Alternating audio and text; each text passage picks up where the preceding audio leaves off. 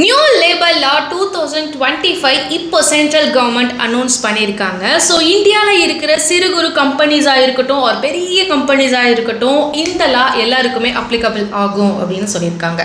So ரொம்ப வருஷமாகவே இந்த labour லாவில் பெருசாக எந்த ஒரு சேஞ்சஸுமே கவர்மெண்ட் கொண்டு வரல.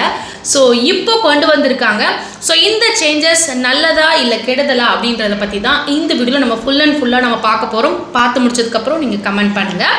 ஸோ இதில் பார்த்தீங்கன்னா டபுள் சேலரி, விமனுக்கு நைட் ஷிஃப்ட், அப்புறம் கிராஜுவிட்டி பார்த்தீங்க அப்படின்னா 5 years கம்ப்ளீட் பண்ணாதானே கொடுப்பாங்க. ஸோ இப்போ பார்த்தீங்கன்னா 1 year கம்ப்ளீட் பண்ணாலே கொடுக்கறதாகவும், ஸோ இது இல்லாமல் இன்னும் நிறைய சேஞ்சஸை இப்போ கொண்டு வந்திருக்காங்க. அதை பற்றி தாங்க நம்ம இந்த வீடியோவில் டிஸ்கஸ் பண்ண போகிறோம். அண்ட் இது ஒரு எஜுகேஷனல் அண்ட் இன்ஃபர்மேஷன் பர்பஸ்க்காக மட்டுமே தான் நான் உங்களுக்காக மேக் பண்ணியிருக்கேன்.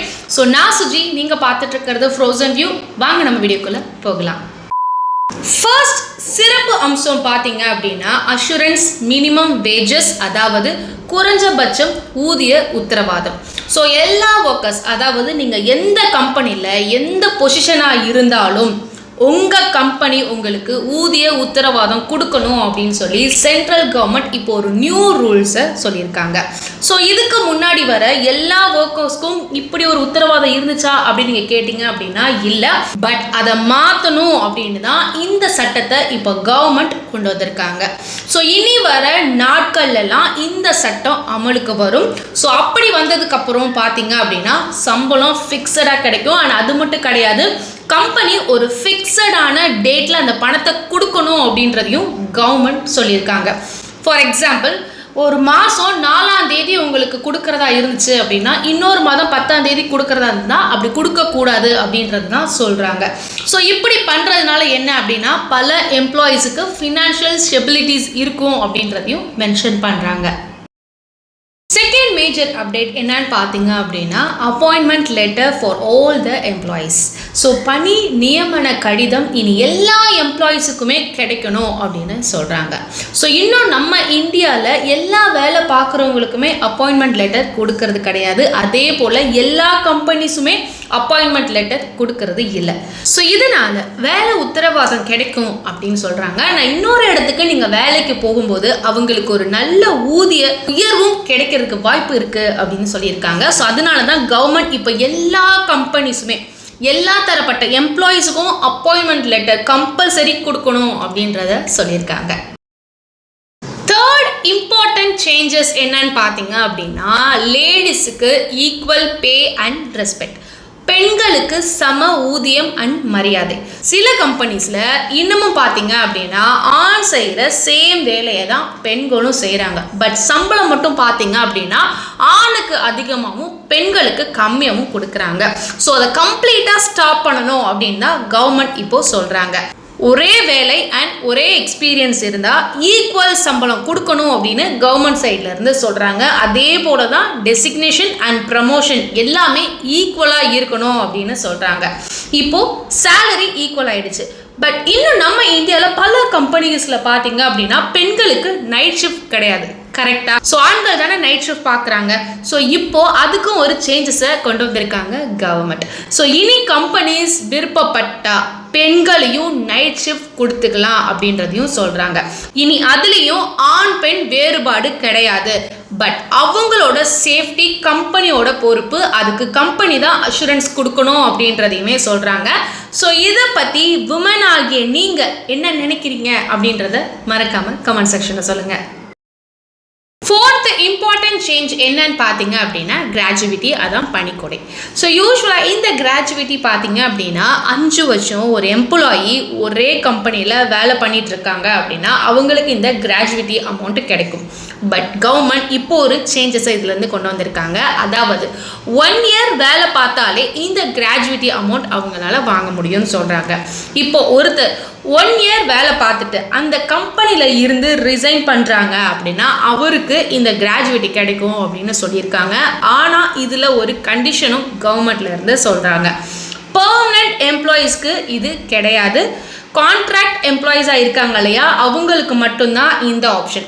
பிகாஸ் அவங்க ஜாயின் பண்ணும்போதே பார்த்தீங்கன்னா 1 year தான் ஒர்க் ஆர் 2 year தான் ஒர்க் அப்படின்ற அப்பாயின்மெண்ட் லெட்டரோட தான் வந்துருப்பாங்க.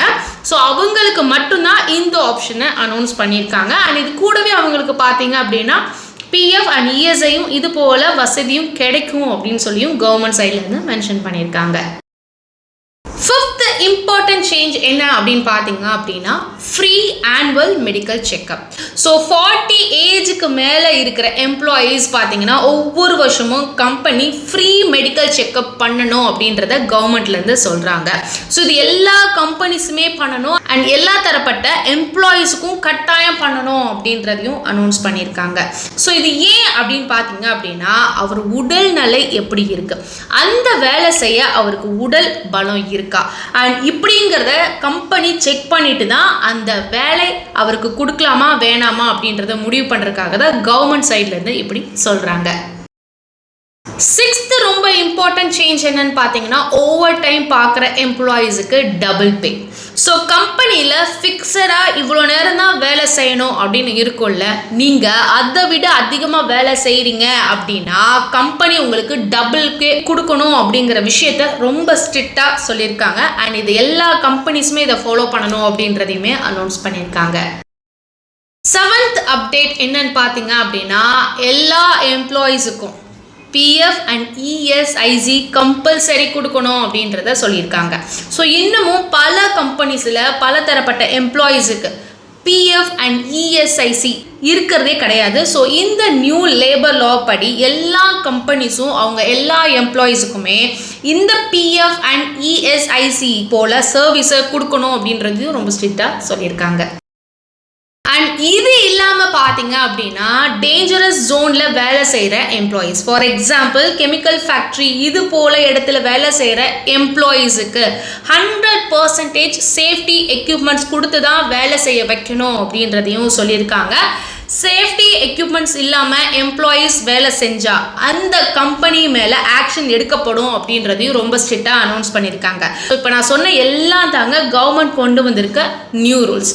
இந்த சட்டம் 2 days தான் ஆகுது. இவ்வளோ சீக்கிரம் கம்பெனிஸ் இதை ஃபாலோ பண்ணுறாங்க அப்படின்றத நம்ம பொறுத்து இருந்து நம்ம பார்க்க போகிறோம். இப்போ நான் சொன்ன இந்த 7 ரூல்ஸில் உங்களுக்கு எது ரொம்ப பிடிச்சிருந்துச்சு, எது உங்களுக்கு பிடிக்கல அப்படின்றத மறக்காமல் கமெண்ட் செக்ஷனில் சொன்னீங்க அப்படின்னா நான் மட்டும் இல்லை நம்ம சப்ஸ்கிரைபர்ஸும் தெரிஞ்சுப்பாங்க.